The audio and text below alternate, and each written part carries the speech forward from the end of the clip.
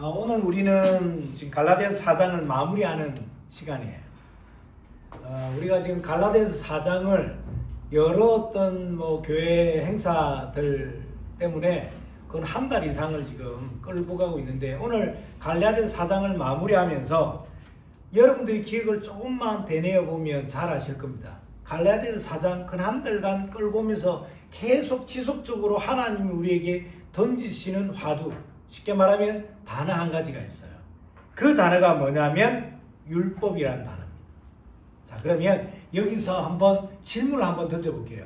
여러분들은 율법 이러면 어떤 생각이 먼저 연상 단어로 떠오릅니까? 율법 이러면 저에게 말은 하지 않아도 돼요. 그런데 한번 떠올려 보세요. 율법 이러면 어떤 단어가 연상되어서 떠오르지? 성경은 율법을 뭐라고 이야기하냐면 몽학선생이라고 해요. 뜻이 뭐냐면, 몽학선생은 나침판, 지금으로 말하면 내비게이션, 나의 상태를 점검하는 점검표 같은 역할. 그래서 율법을 통해서 내가 어딜 향해 가고 있고, 율법을 통해서 내가 어느 만큼 왔으며, 율법을 통해서 나의 상태가 어떻는지를 깨닫게 해주는 몽학선생.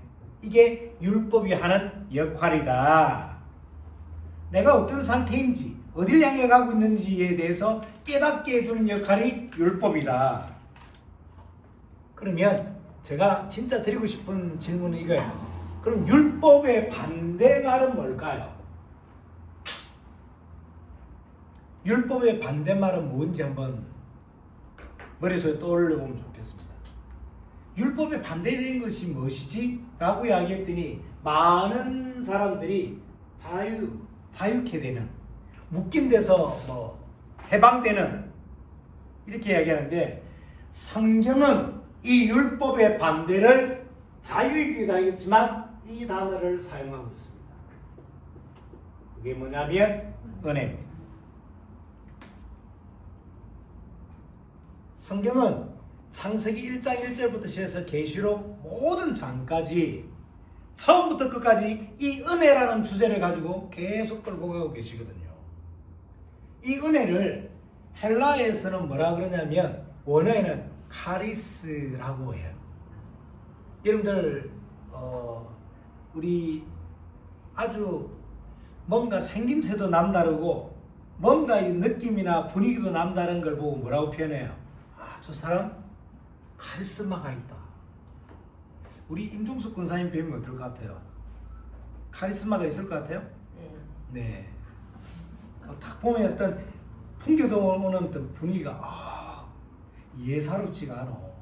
그때 나오는 단어 카리스. 근데 세상은 카리스마라는 말은 이 카리스를 어떤 특정인의 어떤 분위기, 뭔가 남을 압도하는 어떤 뭔가를 카리스마라고 이야기하는데, 성경은 그 카리스를 뭐라고 이야기한다고요? 은혜.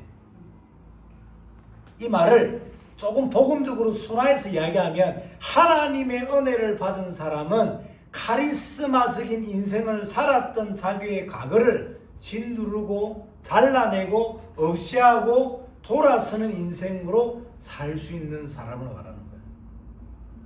하나님의 은혜가 없으면 카리스마를 계속 달고 사는 거지.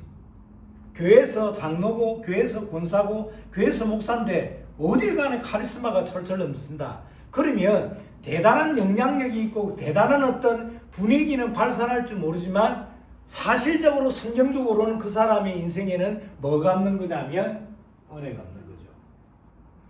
자, 다시 본론으로 들어가서, 율법의 반대말은 뭐라고요? 은혜. 그러면 우리 인생에 이 은혜가 없으면 두 가지 인생을 살게 되는데, 조금 더 이야기하면 하나님의 은혜가 사라지면 우리가 잊고 사는, 망각하는 두 가지가 있습니다. 그 첫 번째가 뭐냐면 자기 자신이 죄인임을 망각하고 살아요. 이 말이 중요합니다. 오늘 서론에 있어서 하나님의 은혜가 사라지면 망각되는 거 두 가지. 첫 번째가 뭐요? 자신이 죄인임을 잊고 살게 됩니다. 은혜라는 것은 자신이 죄인이라는 사실을 기억할 때만 값지게 되는 거예요. 죄인인데 하나님의 은혜로 구원받았음을 잊고 산다면 시간이 가면 갈수록 어떻게 되냐면 자기 자신이 의롭다고 착각하는 거죠. 얼마나 웃깁니까? 그러니 자신이 의롭다고 착각하니까 남에 대하여 타인에 대하여는 어떻게 될까요? 정죄하게 됩니다. 그러니 정죄하는 그 포스가 뭘로 나와요? 카리스마로 나와요. 그래서 어느 면에서 저 사람이 카리스마 넘친다는 것은 나에게 대해서 정죄하는 거예요. 반대로 이야기하면 자기 자신이 죄인임을 깨닫지 못하는 행위가 되는 거예요. 너무 중요한 내용이겠죠. 자신 스스로가 어렵다고 착각하기 때문에 타인을 굉장하게 아래로 보는, 비교하는. 그래서 내가 죄인이라고 자각하는 이 자각이, 은혜가 사라지면 더 이상 하나님의 은혜는 새롭지 않은 거예요. 교회를 1년, 3년, 5년, 10년, 20년 다니면서 은혜 받지 못하고 냉랭한 사람들은 날마다 자기 자신이 죄인이라는 이 사실에 대하여 놀라움이 점점 사라지는 거예요.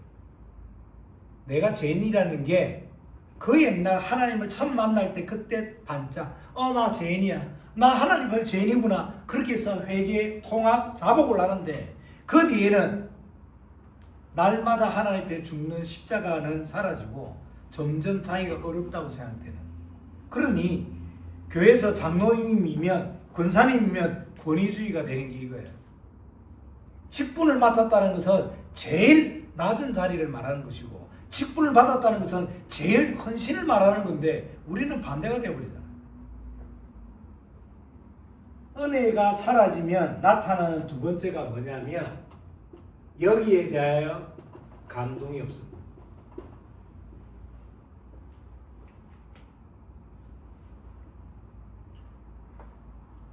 이 말은 하나님보다는 뭐가 더 눈에 들어오냐면 예배에 대한 분위기, 예배에 대한 시설, 예배에 대한 환경이 더 눈에 들어와요.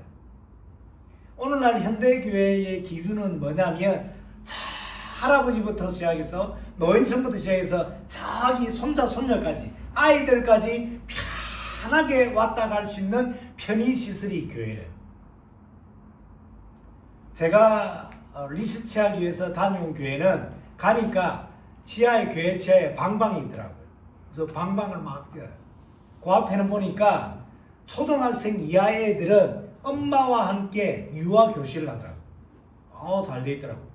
중등부, 고등부는 한 층에 절반은 PC방으로 채워져 있어요.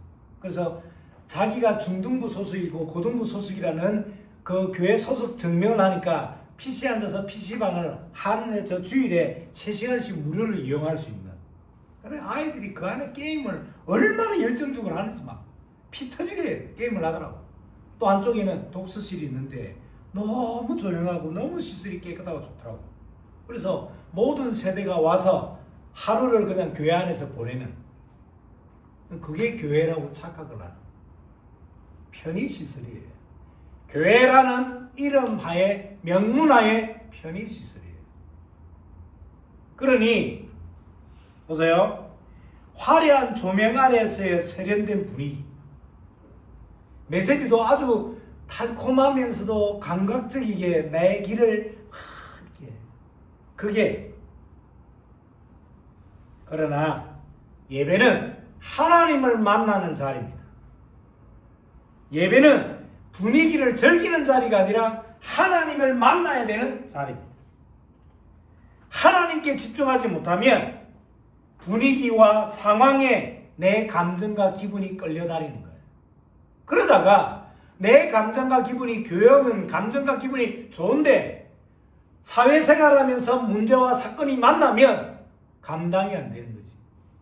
교회는 감정과 기분과 내 편의를 따라 다니다 보니 집사도 되고 장로도 되고 권사도 되고 또 직분자도 되는데 실제 내 삶 속에서의 문제와 사건과 갈등에는 아무 아무런 힘이 안 되는, 교회 다니는 나나 교회 다니지 않는 너가 전혀 상관과 구분이 안 되는 문제와 사건과 갈등을 만났을 때 나의 모습을 보고서 불신자들이 저게 하나님 믿는 자들의 삶이구나, 저게 하나님 믿는 자로서의 신앙생활이구나 라는 전혀 영적인 영향력들을 전혀 받지 못하는,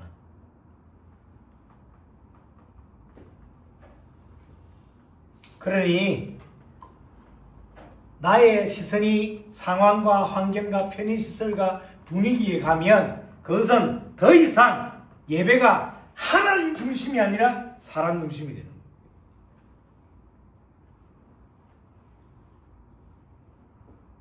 한번 우리 하나된 교회 여러분들은 한 번은 생각해 보면 좋겠습니다. 뭘요?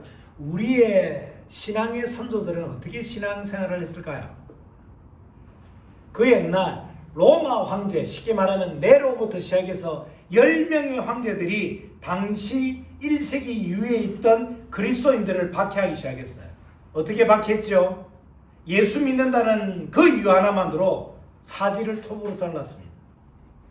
제가 전수진 집사님에게 예수 믿을래 아니면 예수 부인할래 톱을 가지고 위협을 하면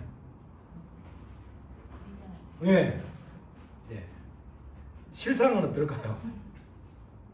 우리 조련 집사님 탈출을 하고 네. 일단은 감언이설이라도 어쨌든 해서 일단 그 위기에서 모면하고 감사합니다. 우리의 믿음의 선조들은 사자밥이 되기도 하고요, 또 모든 사지가 갈려서 동물의 밥이 되기도 하고, 또 십자가에 못을 박혀서 처형당하기도 하고, 길거리에 내몰려서 머리가 뜯기고 채찍으로 채찍당을 당하고 돌로 치기도 하고. 여러분들의 신앙이 진짜인지 아닌지 간단합니다. 집에 가실 때 길에 있는 돌 하나 주워서 이렇게 한번 때려보세요.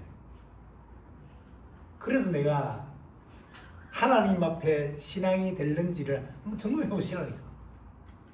안 되면 두 분이서 손잡고 가셔서 하나씩 잡고 서로 한 번씩.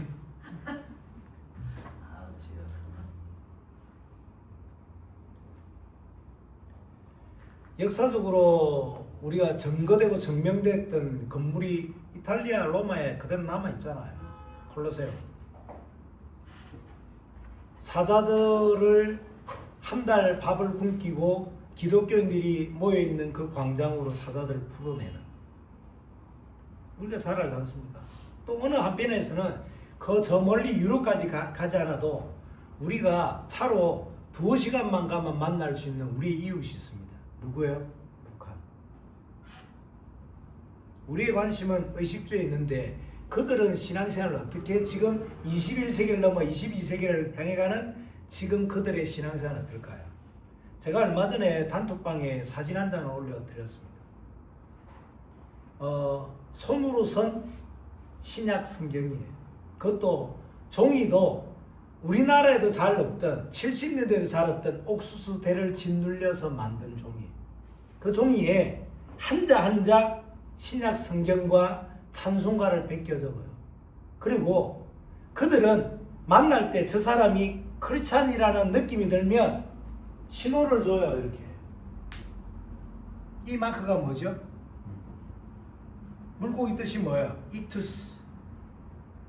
주는 그리스도시요 살아계신 하나님의 아들이십니다 라는 이 헬라어 단어 앞에 글자만 따면 이투스, 뜻이 물고기가 돼요.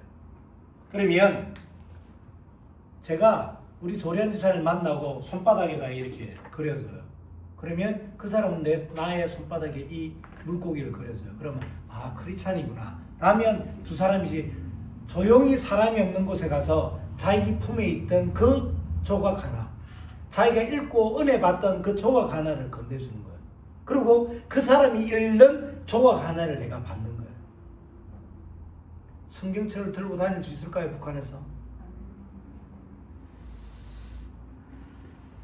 그들은 어떻게 신앙생활을, 그들은 어떻게 신앙 하나를 위해서 2대째, 3대째 목숨을 다할 수 있을까요?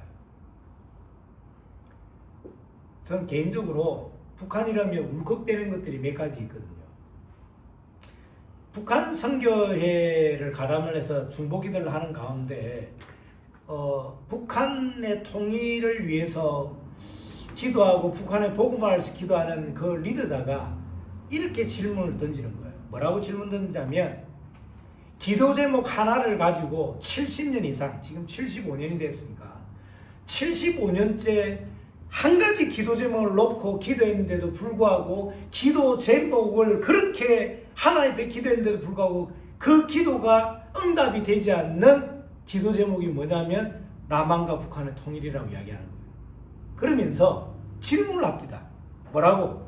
왜 70년 이상 한 명, 두 명이 기도하는 것이 아니라 100명, 200명이 기도하는 것이 아니라 1000명, 만 명이 기도하는 것이 아니라 전 세계에 있는 크리스찬들이 북한의 복음화와 북한의 통일을 위해서 기도하는데 왜 이 기도를 하나님이 들어주지 않는가를 한 번은 생각해 봤냐고. 여러분들 왜 그렇다고 생각했어요? 그분이 리더자가 이렇게 이야기하더라고요. 우리에게 통일이 아직 딜레이 되는 것은 북한의 저 3대째의 세습, 정치 때문이 아니라 남한의 신앙의 색깔 때문이다. 우리들의 신앙의 색깔이다.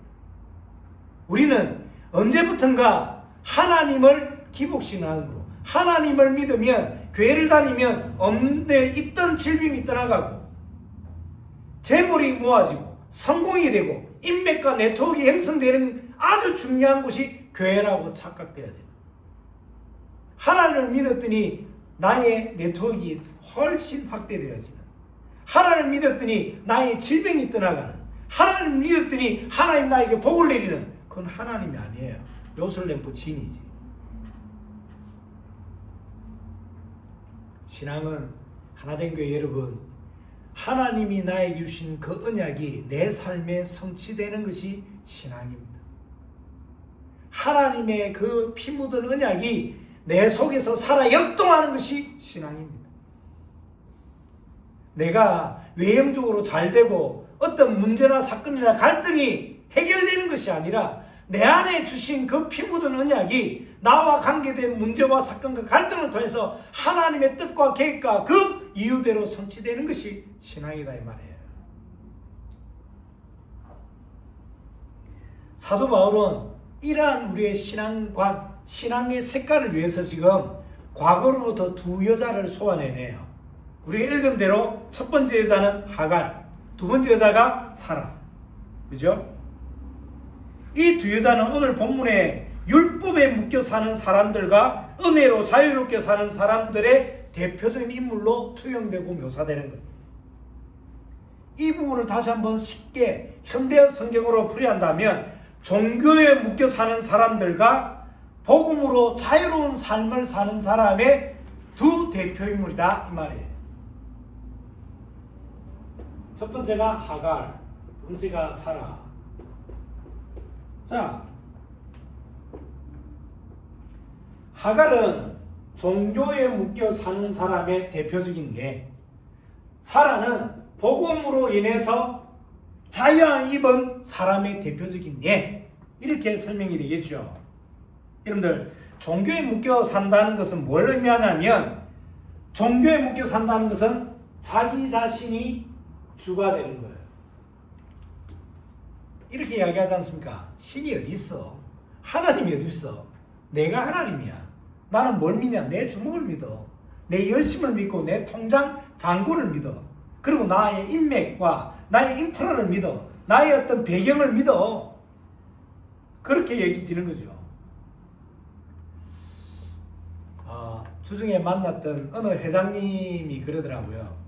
목사님, 절대 제가 타고 다니는 차, 입고 있는 슈트, 쓰는 돈에 속으시면 안 돼요. 그래서 제가 한참 웃었어요. 그러면서 이렇게 이야기하더라고요. 제가 직함은 회장이고 타고 다니는 차가 그래도 꽤 비싼 차일지 모르지만 한 달의 절반은 저는 온탕이고 한 달의 절반은 냉탕입니다. 그러더라고요. 왜 그러냐 여쭤봤더니 그러더라고요. 셋째 주, 넷째 주 되면 한 달 동안 돌아온 어음, 한 달 만에 돌아오는 뭐 빚들, 갚아야 될 거, 해야 될 것들로 셋째 주, 넷째 주는 진짜 사람 사는 게 아니에요. 뭘 먹어도 맛도 없고 누가 어떤 걸 이야기하더라도 귀에 안 들어오는 거예요. 메꿔 나가야 되니까. 이 시간이 그렇더라고요. 정말 피를 말리는 시간. 모른다는 거예요, 다른 사람. 좋은 차 타고 다니니까 회장님 하니까 좋아 보이니까 절대 안 그렇다는 거예요. 그렇게 한 달 메꾸고 나면 첫째 주는 홀가분하대요. 그래서 이러고 다닌다. 그때 나를 만난 사람은 카리스마 있어. 회장님 좋은 거네 라고 착각할지 모르지만 실제 한꺼풀 들어가서 보면 제 삶은 삶이 아니라는 거예요. 여러분들 보세요. 종교에 묶여있는 사람은 자기 자신이 주인입니다. 자기 자신이 주인이기 때문에 자기 자신이 책임지고 자기 자신이 모든 걸 쳐내야 돼요. 자기 자신을 구원해야 되는 아주 피곤한 인생을 사는 겁니다. 예를 들어 볼게요. 종교에 묶여서 자기 자신이 모든 인생의 주인이 된 그 사람은 이것도 함부로 못 갑니다. 이사. 제가 겪고 봤던 예화이기 때문에 자주 쓰는 예화인데요.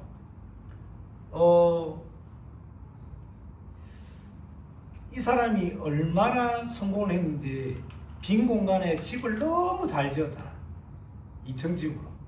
마당에 정원도 만들고 우물도 만들고 얼마나 잘 지었습니까? 그런데 점쟁이가 그렇게 이야기를 하는 거예요. 이 집에 바로 들어가면 안 돼. 2년 뒤에 들어가. 그래서 어쩔 수 없이 그렇게 잘 지어놓고도 2년 동안은 다른 사람에게 세를 줘야 돼. 집주인인데. 점쟁이가 시키는 대로 저 남쪽으로 이사가 있어야 돼. 2년 동안. 이사를 남쪽으로 갔어요. 부산에서 있던 일이니까. 이사를 가서 3일 만에 첫째 아들이 연탄가스로 죽었어요. 첫째 아이를 장례 치르고 돌아오는 그 장례 오는 동안에 둘째 아들이 교통사고로 죽었습니다. 말이 돼요? 이분이 그렇게 이야기를 하는 거예요. 장례를 치르고 나서 식칼 2개를 들고 그 점쟁이를 찾아서 들어가. 문을 박차고 들어가서 내가 죽여버릴 거라. 그랬더니 들어오는 그 여자를 향해서 점쟁이가 얼굴에다가 염주를 때리더라고. 그러더니 욕을 하는 거예요. 야, 이 미친 뭐야? 왜 남쪽으로 가라 했더니 북쪽으로 가서 아이들 다 죽이냐고. 이미 다 알고 있는 거예요. 이걸 보고 뭐라 그래요? 운명이라 그래요. 분명히 북쪽이면 저 사상 쪽으로 가야 되는데 왜 영적으로 가냐고. 이사는 못 갑니다, 제대로. 집에 볼 때 신방을 가보면 아직 신앙이 덜 성숙한 분들 보면 아직 종교적인 율법적인 데 딱 매 있는 사람도 있어요. 꼭 보면 침대 방향을 북쪽으로 두면 안 된다 그래서 난리야. 머리도 함부로 북쪽으로 못 둬. 문과 문을 넘나드는 문지방이 있으면 거기 서 있으면 안 된대. 왜? 꼭 나간다고.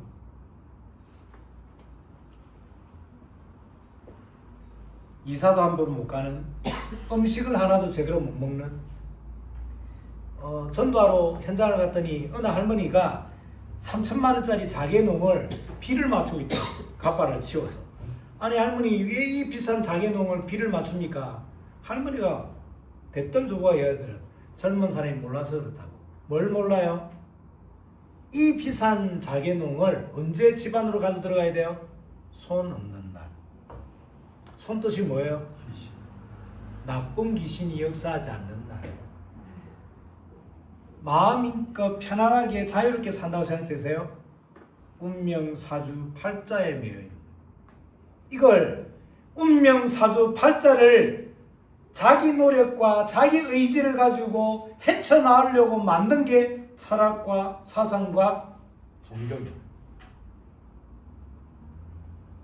여기에 대표적인 주자가 누구? 하갈. 하갈이 낳은 아들이 뭐예요? 이스마엘. 이 말은 뭘 말합니까? 자기 힘을 다하여 자기 방법을 다하여 하나님의 것을 자기 인생에 끌어져 내려오려는 인본주의고 노력이에요. 그래서 종교는 출발이 하나님이 아니라 나 자신이에요. 내가 열심히 해야 되고 내가 최선을 다해야 되고 내가 노력해야 되고 그래서 내가 만족도 내가 하고 포기도 내가 해야 되는 이런 사람이 교회를 1년, 5년, 10년 다닌다고 해서 구원이 임하고 하나님 자녀가 되냐? 절대 아닙니다. 이 대표주자를 말하는 거예요, 지금. 이 부분을 갈라디아서 지금 4장 10절에는 날과 달과 절기에 영향을 받는 존재라고 이야기를 하는 거예요. 내가 어떤 무엇인가를 해야 되는. 그러면 한 가지만 더 이야기하고 오늘 마무리해야 되는데 종교적 관점에서 자기 자신을 믿든 아니면 어떤 신을 섬기든 종교는 그 신이 만족을 하고 그 신이 기뻐해야 복을 내리는 구조잖아요. 근데 복음은 뭐예요? 복음은 창조주가 피조물을 찾아온 사건이에요. 종교는 찾아가야 되지만 복음은 하나님이 찾아오신 거잖아요.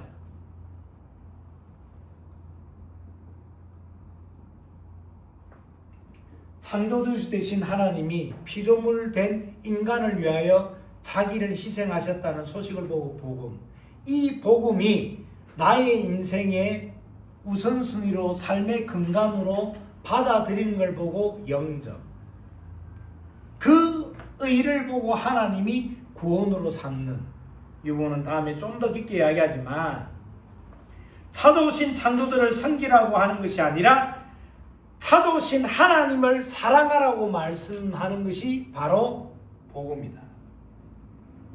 어디에 매이는 것이 아니라 하나님 안에 보호받는 것이 복음이다. 하나님을 사랑하면 어떤 방법도 행위도 어떤 규례도 뛰어넘을 수 있는데 하나님을 사랑하지 않고 복만 바란다면 그것이 바로 율법이 되는 거예요. 자, 제가 우리 조례한 집사님을 사랑해요. 그러면 사랑한 결과로 많은 이벤트들이 생기겠죠. 그런데 제가 조례한 집사님을 사랑하지 않고 이벤트를 행하려면 그것이 얼마나 힘들겠어요. 제가 서론에 그렇게 이야기했습니다. 저는 학교 다니는 게 졸업이나 어떤 다른 동기나 목적이 아니라 저는 하나님을 사랑하고 하나님께 더 가까이 나아가는 것이 저에게는 기쁨이 행복이에요. 그 결과 거리와 시간과 경제와 이런 것이 저에게는 상관없게 되는 거예요. 오늘의 결론, 하나님을 사랑하십시오. 하나님이 여러분들을 사랑하셨듯이 하나님을 사랑하셔야 하나님과 여러분들의 관계 속에 일어나는 많은 이벤트를 넘어 여러분들을 살리는 힘이 되는 겁니다. 오늘 시간이 많지 않아서 제대로 못했지만 이 내용을 가지고 다음 주에 좀 더 깊게 이야기하도록 하겠습니다.